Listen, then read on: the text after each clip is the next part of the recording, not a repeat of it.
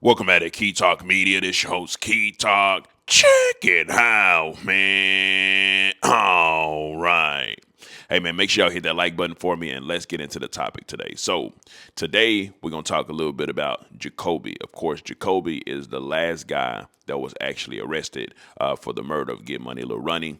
And we got a couple other things too, but we're going to start out today. So, yesterday, remember I told y'all that Lil Rodney had came out and pretty much said free his baby, that he was innocent, and pretty much he will be eventually let free because he didn't do anything at all. Well, Lil Rodney, not Lil Ronnie, Lil Rodney, he's a Fort Worth artist as well.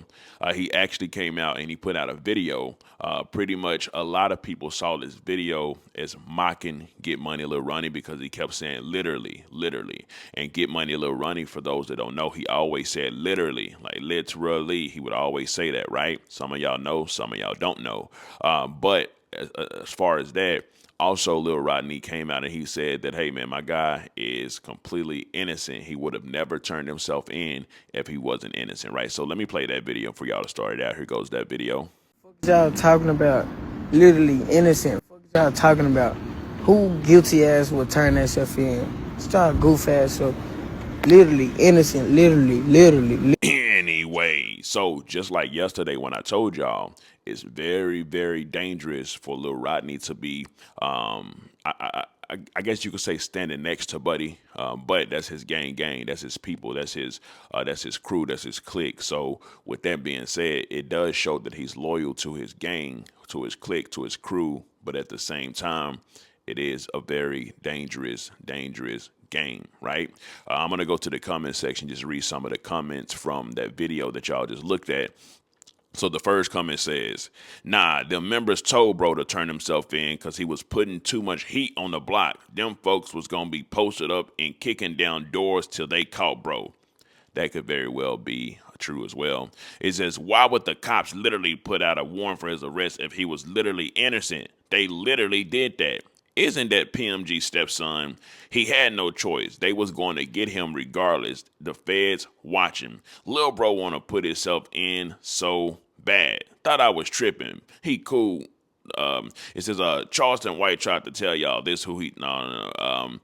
Listen, bro. Whole point about it is a big majority of those comments inside of that comment section was a lot of people pretty much saying that they feel as if Lil Rodney is actually inserting himself inside of this, which it could be very dangerous and fatal. I'm gonna be real with y'all. The lifestyle that a lot of people, especially inside of Fort Worth, Texas, Murder World, Texas, live is very dangerous enough as it is, right? It's always bodies dropping inside of Fort Worth, and that's why they call it Murder Word, Texas. It's literally murder word, where a whole lot of bodies drop, and especially the fact that Get Money Lil Ronnie and his daughter done got killed inside of Fort Worth, more bodies gonna be dropping. I told y'all like a day after that, no, 4 days after that, another person was actually unalive, which his name was Ghost, which like I say, I don't think that was actually associated with it. You have some people that say it was, but the majority of people say, nah, this ain't young talking about we really in the hoods out here, so and that ain't associated with it. But anyways, some more breaking news has actually came out about Jakobie, which was the last guy. Also, street name, artist name goes by Lil Six. So some more news has actually came out about him. There's a woman who is actually going viral on Facebook right now because she let it be known that his dad actually shot her and had her like on tubes and all type of stuff. She said that he waited outside of a building for like an hour, popped out where she was with her daughter, came and like shot her, I guess, all inside of her chest, in which she said she had to have tubes and stuff. Now, you should be able to see that either on the left side or on the right side of the screen.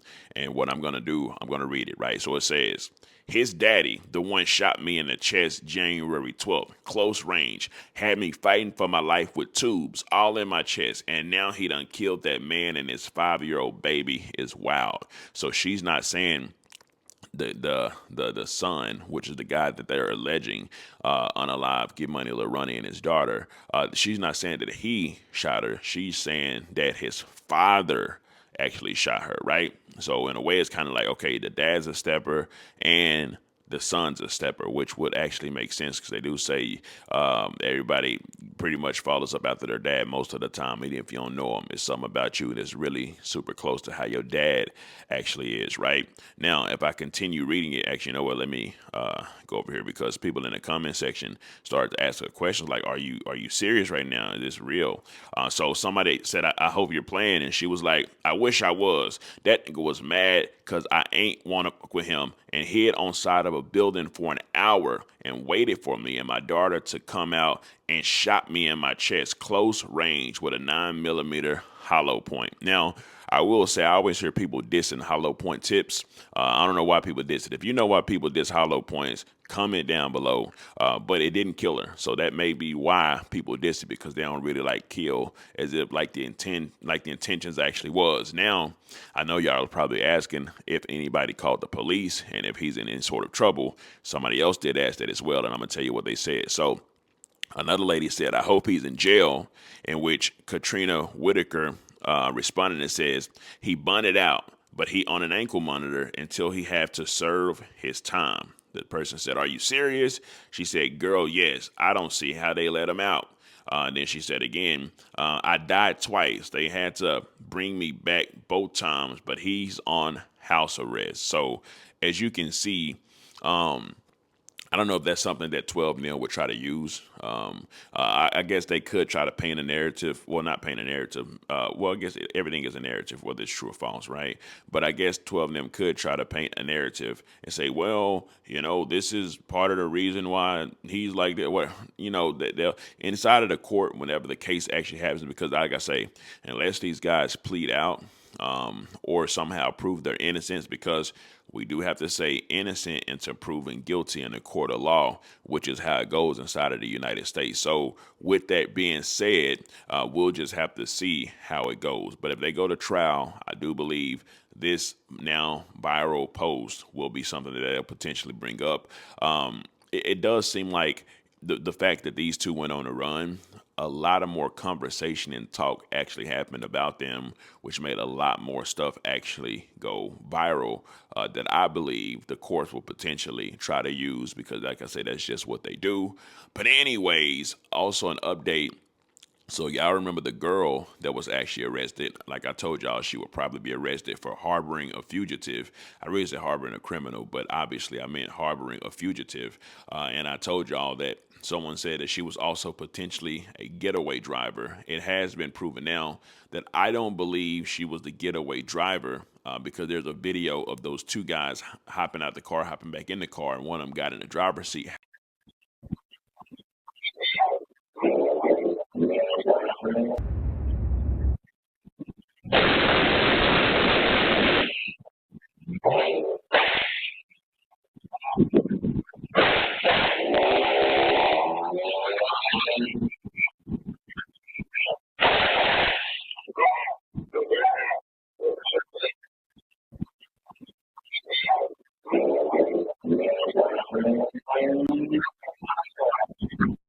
However, the very fact that the next day from the shooting, that she called the girl who's, if you watch my other video, she called the girl whose kid she was supposed to be watching and pretty much said, hey, they're surrounding my house. They're trying to hit me with accessory, which would have been accessory to murder.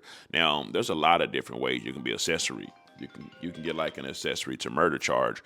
There's a possibility that I don't know whose car was used. I don't know if they're maybe a phone, text. I don't know, but somehow, some way, they were trying to hit her with that accessory the following day until they eventually arrested her and the Adonis guy, pretty much inside of Livingston, Texas. So may not have been a getaway driver, but was definitely caught harboring a fugitive.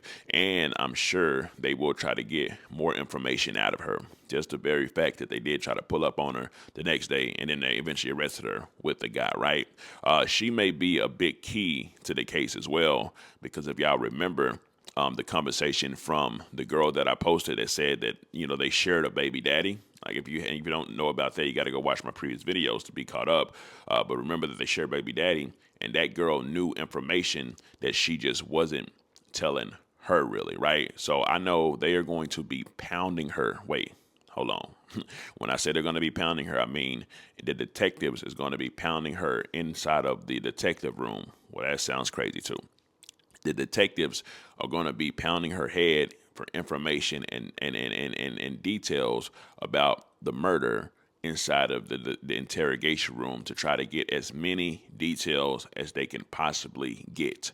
And also, I would believe the detectives may even pull in the girl whose kid she was supposed to be watching because they even know information that they were hearing from her, even though they said that she wasn't talking a lot. So, with all of that being said, it does look like a lot of things is coming together with inside of this case. I believe it was very, very sloppy work, especially, I'm going to say this, especially if any of these people were communicating via cell phone, via social media. If any of them was communicating via cell phone and social media, this gonna be open and shut because Facebook, Instagram, all these social media sites, when I say are ran by the feds, I mean they literally control it. Whenever you sign up and make these Facebook, Instagram, and all these other accounts like that, and you click agree, within that agreement that nobody reads, it pretty much tells you, hey, if we need this to send this to police, we will in fact send this over to police to see, we'll get whatever information we need. A lot of people think whenever they message inside of hidden that it how you can hide it on Instagram and where you type it and right when they read it, it disappears.